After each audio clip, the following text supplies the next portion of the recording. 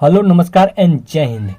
मैं हूं सनी और आप सभी का स्वागत करता हूं आपके अपने परिवार मैथ्स नगरी में। दोस्तों इस वीडियो में हम पढ़ेंगे मैथ के टॉप 10 क्वेश्चन। दोस्तों मैं आपको बता दूं एक क्वेश्चन न सारे के सारे क्वेश्चन जो होंगे वो सारे के सारे क्वेश्चंस आपका प्रीवियस क्वेश्चंस होंगे। और ये कौन से एग्जाम में पूछे गए दोस्तों मैं आपको बता दूं ये क्वेश्चंस आपके सीजीएल के, सीएचएसएल के, एमटीएस के और जीडी के सारे प्रीवियस क्वेश्चंस होंगे। जैसा कि दोस्तों आप देख सकते हैं कि ये क्वेश्चंस आपका एमटीएस का 13/10/2021 में पूछा गया शिफ्ट सेकंड में। ठीक है, तो आप इस वीडियो के अंत तक देखिएगा और आप इस वीडियो के अंत तक देखते हैं तो आपका ना प्रीवियस ईयर क्वेश्चन कंप्लीट होते रहेंगे। ठीक है, तो चलिए दोस्तों शुरू करते हैं।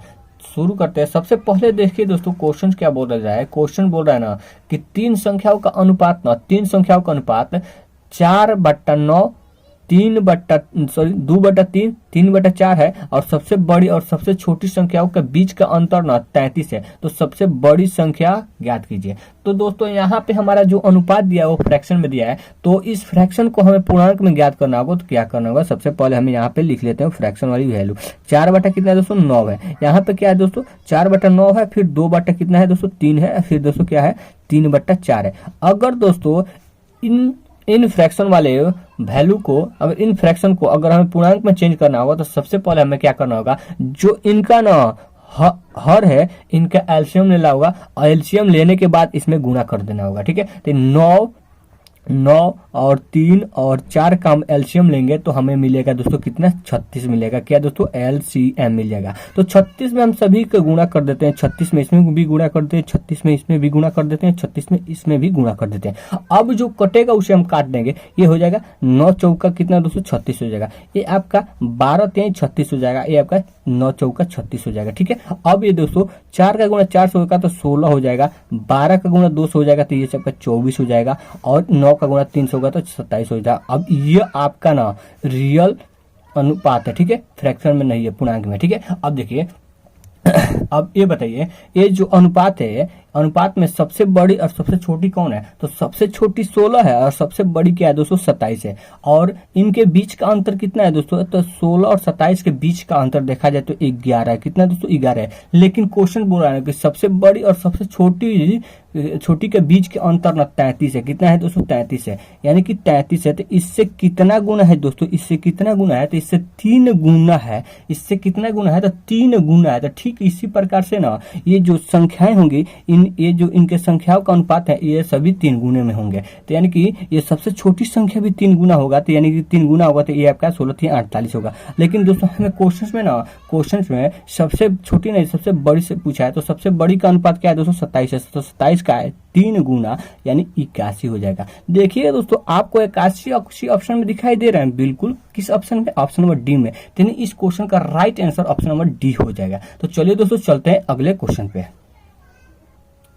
दोस्तों आशा करता हूं कि आप पिछले क्वेश्चन आसानी से समझ गए होंगे। तो चलिए दोस्तों अगले क्वेश्चन पे चलते हैं। देखिए क्वेश्चन बोला है, जैसे मैं आपको बता दूं ये क्वेश्चन कब का पूछा गया है, किस में पूछा गया है। तो दोस्तों मैं बता दूं ये क्वेश्चन आपका एसएससी के सीएचएसएल के 24/5/2022 में शिफ्ट थर्ड में पूछा गया प्रश्न है। ठीक है, किसमें शिफ्ट थर्ड में पूछा गया प्रश्न है। प्रश्न बोल रहा है निम्नलिखित में से कौन सी संख्या 3 से विभाज्य, निम्नलिखित में से कौन सी संख्या 3 से विभाज्य है। तो दोस्तों इस क्वेश्चन को बनाने से पहले मैं आपको 3 का विभाज्यता रूल बताता हूँ। ठीक है, आप ये बताइए दोस्तों क्या 12 3 से कटता है। बिल्कुल कटता है। क्या दोस्तों 12 कटता है। आप ये बताइए 18 कटता है। बिल्कुल कटता है। तो 27 कटता है, 3 से कटेगा। लेकिन देखिए दोस्तों इसमें आपको एक कॉमन दिखाई दे रहा होगा कि इनके जो अंक है ना, इनको अंकों का यदि हम जोड़ेंगे, इनको अंकों का जोड़ेंगे तो 2 1 क्या होता है दोस्तों 3 होता है। इसके जोड़ेंगे तो 8 1 9 को जोड़ेंगे 8 1 को जोड़ेंगे तो 9 हो जाएगा। 7 और 2 को जोड़ेंगे तो 9 हो जाएगा। देखिएगा दोस्तों क्या इसमें कॉमन निकल रहा है कि इनके अंकों का योग ना 3 से पूरी तरीके से कट जाएगा। ये 3 से कट जाएगा, 9 भी 3 से कट जाएगा, 9 भी 3 से कट जाएगा। ठीक है, यानी कि आप ये समझिए कि कितनी भी बड़ी संख्या क्यों न हो, यदि उनके अंकों को जोड़ दिया जाए ना, यदि उनको अंकों को जोड़ दिया जाए और उनके अंक ना 3 से विभाज्य हो जाए ना, तो वो संख्या ना पूरी तरीके से 3 से विभाज्य है। ये देखिए दोस्तों संख्या ये आपका 32 62 73 5 है। ठीक है, 73 5 है। क्या इस 3 से कटेगा? इसके लिए हमें जानने से पहले सबसे पहले हमें क्या करना होगा, इनके अंकों का योग करना होगा। ठीक है, तो देखिए क्या हो जाएगा, 3 2 कितना हो गया 5 हो गया, 5 में 6 जोड़ देंगे 5 6 11, 11 में 2 जोड़ेंगे 13 हो जाएगा, 13 में 7 जोड़ देंगे तो 20 आ जाएगा। अब 20 में 3 जोड़ेंगे तो कितना हो जाएगा, 20 में 3 जोड़ेंगे तो आपका 23 हो जाएगा, 23 में 5 जोड़ेंगे तो 28 हो जाएगा। क्या दोस्तों 28 आपका 3 से कटता है तो नहीं कटता है, तो ये आपका ऑप्शन नहीं होगा। ठीक है, अब फिर अगले कोई ऑप्शन पे चलते हैं। तो देखिए 7 2 कितना होता है, सॉरी 7 3 10 होता है, 10 और 4 कितना होता है दोस्तों 14 होता है, 14 और 5 19 होता है, 19 में 9 जोड़ देंगे तो आपका 28 हो जाएगा, 19 में 9 जोड़ देंगे तो 28 हो जाएगा, 28 में 3 जोड़ देंगे तो 31 हो जाएगा। कितना दोस्तों 31 हो जाएगा, और 31 में 2 जोड़ देंगे तो आपका 33 हो जाएगा।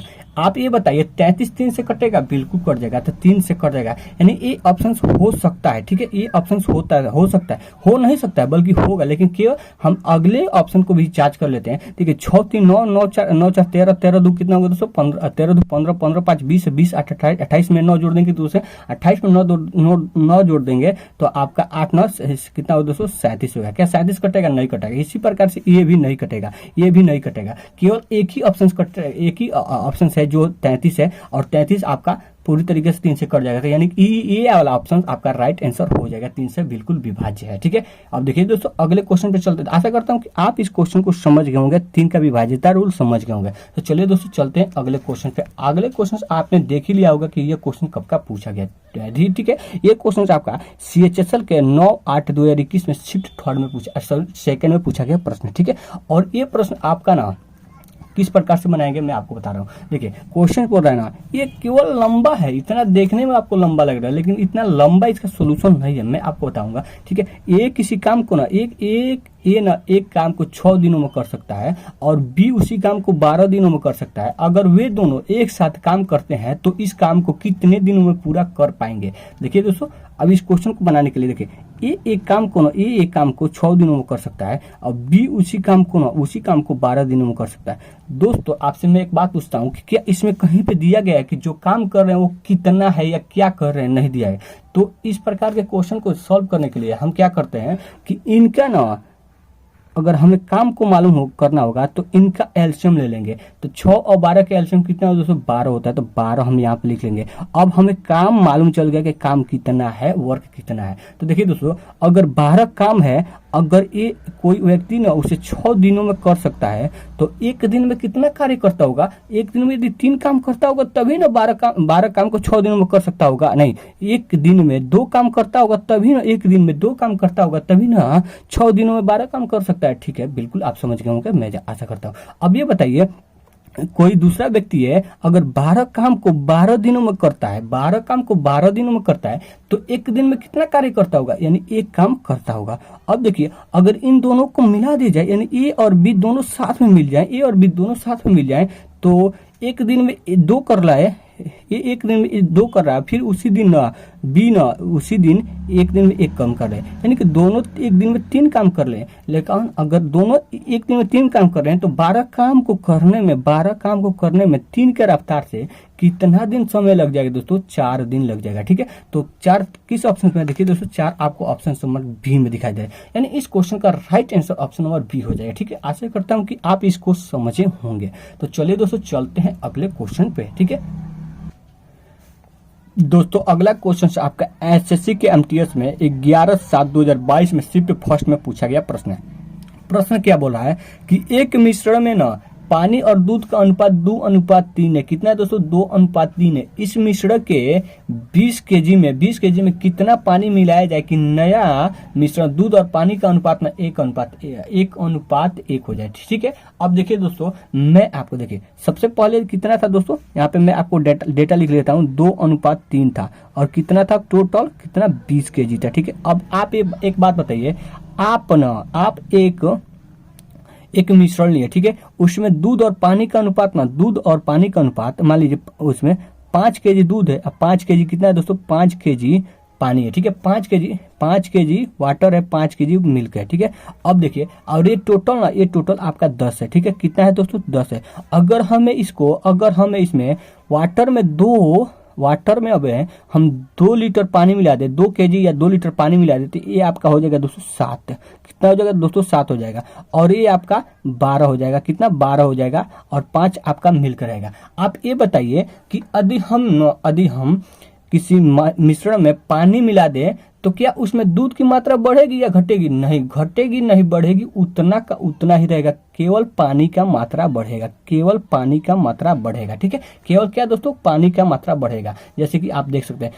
ठीक है, तो यहीं पे यहाँ पे दिया गया है कि 1:1 हो जा रहा है। कब दोस्तों? जब पानी मिलाया जा रहा है तब। आप ये बताइए, पानी तो हमें ना पानी केवल पानी मिलाया जा रहा है तो हमें मिलेगा ना। यहाँ पे देखिएगा दूध यहाँ पे 3 था, ठीक है। यहाँ पे पानी मिलाया तो पानी का अनुपात में चेंज होगा, पानी का अनुपात चेंज होगा, लेकिन यहाँ पे दूध का भी अनुपात चेंज हो जा रहा है। यानी दूध तो नहीं मिलाया गया, केवल पानी मिलाया गया ना। तो पानी हमारा यहाँ पे दूध 3 था तो यहाँ पे भी दूध 3 होना चाहिए ना। तो दूध यहाँ पे 3 नहीं है, बल्कि कितना 1 है। तो दोस्तों हमें इसे 3 बनाने के लिए क्या करना होगा? इसमें हम 3 से गुणा करना होगा। अगर हम इसमें 3 से गुणा किए हैं तो इसमें भी हमें 3 से गुणा करना होगा, तो इसे 3 से गुणा कर देते हैं। तो हमारा नया अनुपात बन जाएगा दोस्तों कितना? कि 3:3 हो जाएगा। ठीक है, अब ये देखिए, अब ये बताइए, पहले ना पानी मिलाने से पहले आपका जो रेशियो था 2:3 था, और पानी मिलाने के बाद 3:3 हो गया। यानी कि दूध का मात्रा वही है, यानी पहले भी 3 था, आप भी 3 है मिलाने के बाद भी। तो यानी कि बदला कौन है दोस्तों? पानी का बदला है मात्रा। तो कितना मिलाया गया है? तो देखिएगा, इस प्रकार से देखा जाए तो 1 मिलाया गया है, एक मिलाया गया है। अब ये देखिए, पहले हमारा कितना? पहले 3:2 का होता, लेकिन 5 अगर अनुपात के हिसाब से देखा जाए तो 5 हमारा ना 5 kg का सोल्यूशन था, लेकिन 5 kg का सोल्यूशन नहीं था। कितना का था दोस्तों? 20 kg था। इससे कितना गुना दोस्तों? इससे 4 गुना है। तो ठीक उसी प्रकार से जो ये पानी मिलाया गया होगा, ये पानी आपका 1 नहीं बल्कि इससे 4 गुना हुआ होगा, इससे 4 गुना हुआ होगा। तो ये आपका हो जाएगा कितना दोस्तों? 4 kg हो जाएगा। यानी कि पानी कितना मिलाया गया है दोस्तों? 4 मिलाया गया है। कितना पानी? 4 मिलाया गया है, 4 kg। तो 4 kg आपको किस ऑप्शन में दिखाई दे रहे हैं? तो 4 kg आपको ऑप्शन नंबर सी में दिखाई दे रहे हैं। इस क्वेश्चन का right answer option number C हो जाएगा। ओके, चलिए दोस्तों अगले क्वेश्चन पे चलते हैं। देखिए दोस्तों, ये क्वेश्चन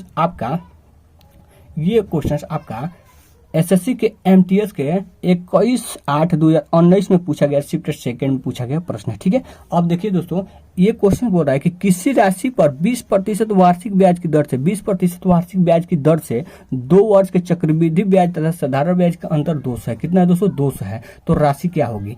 तो इसके लिए मैं आपको एक ट्रिक बताता हूँ। ट्रिक क्या है दोस्तों? यहाँ पे देख लीजिए, अपने कॉपी में भी इसे नोट कर लीजिएगा। अगर आपको चक्रवृद्धि ब्याज और यानी कि SI सिंपल इंटरेस्ट और कंपाउंड इंटरेस्ट का अगर आपका 2 वर्ष के लिए दिया है, केवल 2 वर्ष के लिए यह ट्रिक काम करता है। ठीक है, अगर 2 वर्ष के लिए दिया है तो क्या करते हैं ना, केवल आप दिए गए दर का रेट का आप वर्ग कर लीजिए, यानी कि रेट का वर्ग कर लीजिए, और रेट के 2 अंक बाद इधर से दाहिनी ओर से 2 अंक बाद आप दशमलव लगा दीजिए। क्या दोस्तों? 2 अंक के बाद दशमलव लगा दीजिए। ठीक है, तो चलिए मैं आपको बताता हूँ। क्या यहाँ पे दोस्तों रेट कितना है? 20 है। तो 20 का अगर हम वर्ग करेंगे, 20 का वर्ग करेंगे तो आपका आएगा कितना दोस्तों? 400 आएगा। ठीक है, 400 आएगा। और क्या करना है दोस्तों? 400 आया है तो इसमें हमें 2 अंकों के बाद दशमलव लगाना है, यानी कि ये हो जाएगा आपका यहाँ पे 2 अंक के बाद दशमलव लगा दिए, यहाँ पे हो गया। तो ये हो गया, यानी कि 4% आपका 4% आपका क्या है दोस्तों? 4% आपका SI और CI का अनुपात है। ठीक है, सॉरी, SI और CI का अंतर है। ठीक है, 4%। ठीक है, अब लेकिन क्वेश्चन बोल रहा है ना 4, देखिए अभी यहाँ पे 4% 220 के बराबर है।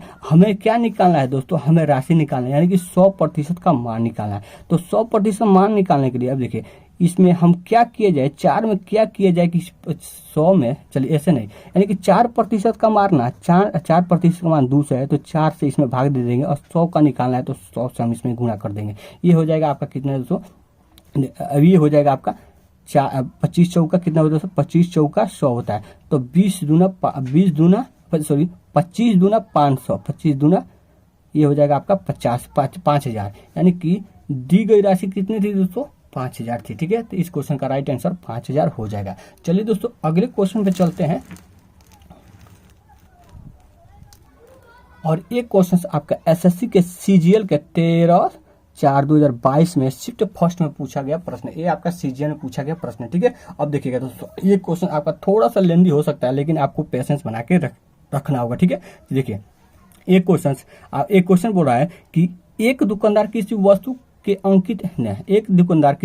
अंकित मूल्य पर 28% का छूट देता है और देने के बाद भी 20% लाभ प्राप्त करता है। यदि वह वस्तु को बेचने पर 3080 रुपये का लाभ प्राप्त करता है तो वस्तु का विक्रय मूल्य ज्ञात कीजिए।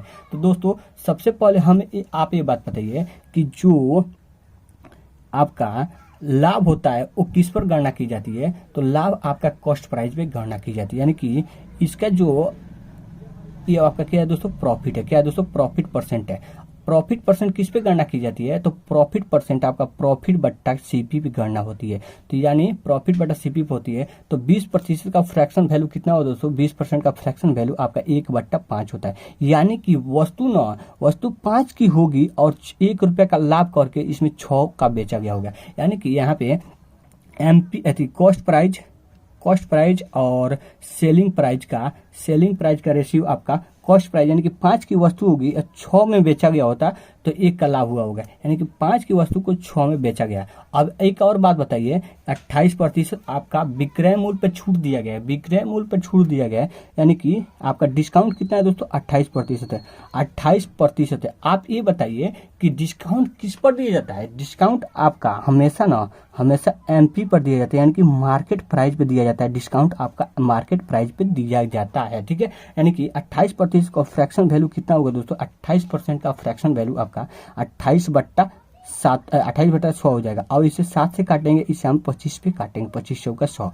अब ये यानी कि 7 की डिस्काउंट 25 पर 7 का डिस्काउंट मिला है, 25 पर 7 का डिस्काउंट मिला है, यानी कि वस्तु को कितना पे बेचा गया होगा, वस्तु को 18 रुपये में बेचा गया होगा। वस्तु को कितना में बेचा गया होगा, यहाँ पे हम कॉस्ट प्राइस, सेलिंग प्राइस और मार्केट प्राइस का रेशियो लिख लेते हैं, ठीक है। मार्केट प्राइस का रेशियो लिख लेते हैं, यानी कि अब देखिए यहाँ पे ये आपका क्या है दोस्तों, ये आपका हमेशा मार्केट प्राइस होता है और ये आपका क्या होगा, ये आपका 25 का वस्तु था, 7 का डिस्काउंट कर दिए तो बेचेंगे कितने में, 18 में, यानी कि सेलिंग प्राइस 18 में होगा और इसका मार्केट प्राइस कितना दोस्तों, 25 में हुआ होगा। अब ये बताइए, एक बात बताइए आप हमें एक बात बताइए कि एक वस्तु को क्या हम एक ही आदमी से दो रेट पे बेच सकते हैं, नहीं बेच सकते हैं। यहाँ पे देखिएगा उसी वस्तु को यहाँ पे लाभ के हिसाब से देखा जाए, तो उस वस्तु को 6 रुपये में बेचा गया और इसके छूट के हिसाब से देखा जाए तो वस्तु को 18 रुपये में बेचा गया, लेकिन नहीं। तो क्या करना होगा दोस्तों, इसे या तो 18 बनाना होगा या तो इसे 6 बनाना होगा। तो क्या करते हैं दोस्तों, इसी को हम 18 बना लेते हैं। तो इसे 18 बनाने के लिए हमें 3 से गुणा करना होगा, इसे 18 बनाने के लिए इसे 3 से गुणा करना होगा। तो इसमें यदि 3 से गुणा किए तो इसमें कॉस्ट प्राइस में भी 3 से गुणा करना होगा, तो ये हो जाएगा आपका 13, ठीक है। 3 से गुणा करेंगे तो ये आपका 15 हो जाएगा। क्या हो जाएगा दोस्तों, ये आपका 15 हो जाएगा और ये आपका 18 हो जाएगा और ये आपका कितना हो दोस्तों, यहाँ पे भी 18 हो गया, यहाँ पे भी 18 हो गया। अब यहाँ पे मार्केट प्राइस आपका 25 हुआ होगा, ठीक है। अब ये हो गया कितना, 18, 15, 25। ये आपका cost price 15, selling price 3, 18, MP आपका मार्केट प्राइस 25 हो गया। अब ये बात बताइए, हमें पूछा क्या जा रहा है, आपका वस्तु का विक्रय मूल्य पूछा जा रहा है, यानी कि सेलिंग प्राइस पूछा जा रहा है। लेकिन यहाँ पे हमें एक दिया है गया ना, वस्तु को बेचने पे इतना का लाभ होता है। अब एक बात बताइए कि वस्तु को हम खरीद के 15 रुपये में लाए हैं, बेच कितने में दिए हैं दोस्तों, 18 में। आपका लाभ कितना हुआ है, लाभ आपको कितना हुआ है, तो 3 का लाभ हुआ है। लेकिन क्वेश्चन में बोल रहा है कि लाभ आपका 3080 का हुआ है। तो यानी कि 3 का हमें वैल्यू दिया है और हमें कितना का निकालना है, 18 का मान निकालना है। तो 18 से गुणा कर देंगे और ये आपका 6 से कट जाएगा और आपका हो जाएगा 0 हो जाएगा और 8 48 हो जाएगा, 48 के 8 ये आप 48 हो जाएगा, 36 18 हो जाएगा। 18,480 आपको किस ऑप्शन में दिखाई दे रहे हैं, 18,480 आपको किस ऑप्शन में दिखाई दे रहे हैं, तो 18,480 आपको ऑप्शन नंबर ए में दिखाई दे रहे हैं। यानी इस क्वेश्चन का right answer option number A हो जाएगा। आशा करता हूँ कि आप ना इन सारे क्वेश्चन को आप आसानी से और खूब सरल तरीके से आप समझे हैं, ठीक है। अगर आप इस क्वेश्चन को आसानी से और सरल तरीके से समझे हैं तो इस वीडियो को ना आप जरूर लाइक कर दीजिएगा, ठीक है। आप इस वीडियो को जरूर लाइक कर दीजिए। अगर दोस्तों अगर आप सारे के सारे प्रीवियस ईयर क्वेश्चन पढ़ना चाहते हैं तो आप हमसे जुड़ सकते हैं। तो जुड़ने के लिए आपको दोस्तों सबसे पहले ना हमारे चैनल को आपको सब्सक्राइब करना होगा, ठीक है, सब्सक्राइब करना होगा, तो सब्सक्राइब कर दीजिएगा। मिलते हैं दोस्तों नेक्स्ट वीडियो में, और मैं आपको हर टाइप के क्वेश्चन को सॉल्व कराने की कोशिश करूंगा।